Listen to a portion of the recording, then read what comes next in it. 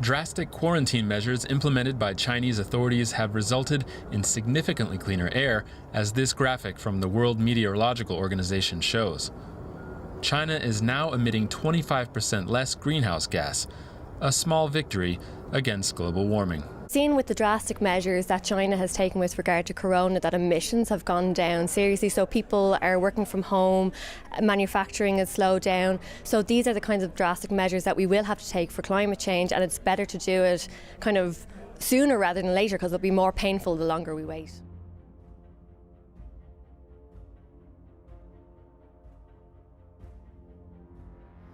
Tough new restrictions have come into force in France. No one can now leave home without a government form that they print out to justify their reason for being outside. Well, Belgium has also tonight said that everyone must stay at home from midday tomorrow for almost 3 weeks to prevent the spread of the coronavirus. Today, Germany raised its official risk level from medium to high as the number of newly confirmed cases continues to accelerate. Let's turn to Spain now, where there has been a big increase in the number of coronavirus deaths. 462 more people died in the last day. That takes the total number of people killed by the virus to more than 2,000. Spain has recorded the fourth largest number of cases and has imposed a nationwide lockdown in response. My administration is recommending that all Americans, including the young and healthy, work to engage in schooling from home when possible, avoid gathering in groups of more than 10 people, avoid discretionary travel, and avoid eating and drinking at bars, restaurants, and public food courts. This is the most drastic action we can take. Governors from New York to California, Connecticut, New Jersey, and Illinois are telling residents to stay in their homes. We need to tell people the truth. We need to bend the curve in the state of California. Ultimately, you can't have a livelihood if you don't have your life. 46 states have closed all schools. The other 4 shut down at least some. So far, President Trump says a national lockdown is not needed. I don't think we'll ever find that necessary. As the nation mobilizes to shut down, many Americans are still struggling to take public health warnings seriously. If I get corona, I get corona. At the end of the day, I'm not going to let it stop me from partying. Most of the people that are dying from it are older, so I'm like, oh, I'm fine then. That's as new CDC data shows 48% of ICU patients through mid-March were under 65. And 20% of fatalities were from that younger age group, though this is still early data. The University of Tampa says 6 of its students have tested positive for coronavirus. In a statement released on Facebook, the university says 5 students were traveling with other students for spring break. 4 of them are now self-isolating on campus, while another has yet to return. The university says another student who traveled internationally has also tested positive and is self-isolating off campus. The university is finishing the semester online. Tonight, the so-called epicenter of the coronavirus crisis in the U.S. is making drastic changes to COVID-19 testing. We have to keep focused on where the need is greatest, and that's how the testing programs will go. The New York City Health Department is now limiting testing to hospitalized patients only, in hopes of not only preserving tests for the most ill, but also preserving the protective equipment required for each test, equipment that protects healthcare workers and is in short supply. But Dr. Anthony Fauci, the nation's top infectious disease specialist, says not every American needs to get tested. When you go in and get tested, you are consuming personal protective equipment, masks and gowns.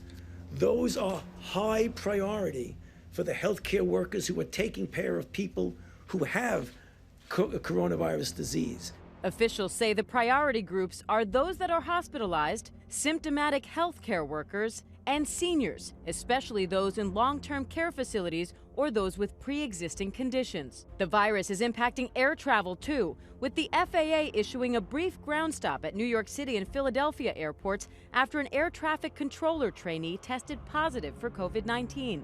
All stops are now lifted, but Americans are urged not to travel unless absolutely necessary. Any place people congregate is a place where coronavirus can be spread. The Fed, the Federal Reserve, cut interest rates to near zero. So what will that do? What's the theory behind that? How will Wall Street respond today? NBC senior business correspondent Stephanie Ruhle joins us with more on that. Stephanie, let's just start right there. And for those of us who are not as educated on the financial system as you are, when the Federal Reserve cuts rates like that, what is it trying to do? And is there any evidence that it will work in this situation? All right, well, let's go big picture to small. It wasn't just our Federal Reserve. It was central banks around the world cutting rates.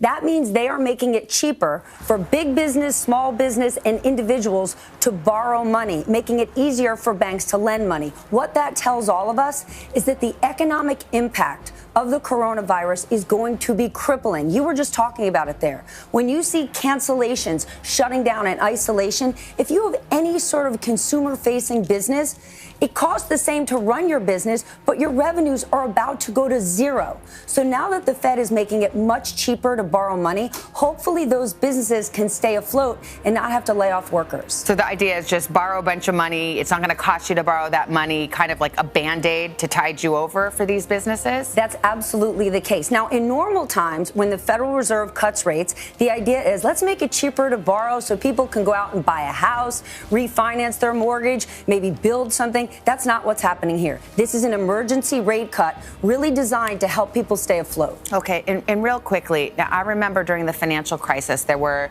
measures taken with complicated names but basically it meant to keep the financial system afloat, to keep the banks have credit, to have cash, to be able to keep almost like the arteries and blood vessels of the financial system going.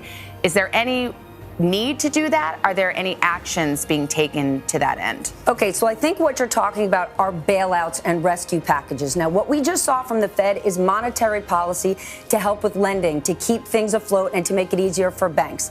As far as bailouts for certain industries, we could see them. You just heard Miguel talking about travel, leisure, airlines. Those industries are suffering and they could seek government support. But I just want to share what's really important for individuals out there who are saying, I just got my shifts cut. I'm a personal trainer and my gym is going to be shut for the next 8 weeks. Who's helping me?